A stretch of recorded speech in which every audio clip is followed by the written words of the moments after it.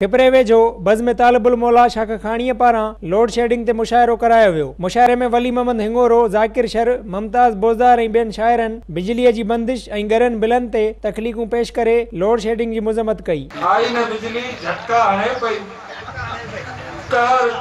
गर्मी जिस्म ते फटका हणे पई। वाह गुम वाड़े वापदा तुंहिंजा कम, गर्मी आई बिजली गुम वाड़े वापदा तुंहिंजा कम। बिल बिजली जा पियो घरा मोकिले, मीटर लीटर सब घरा मोकिले। 4 कलाक ॾे थी तजले, 20 कलाकनि खां नाहे बिजली। बिल ॾिसंदे पघर अची वियो आहे, बिल ॾिसंदे पघर अची वियो आहे, कंहिंजो थियो हाथ फेल लाड़े।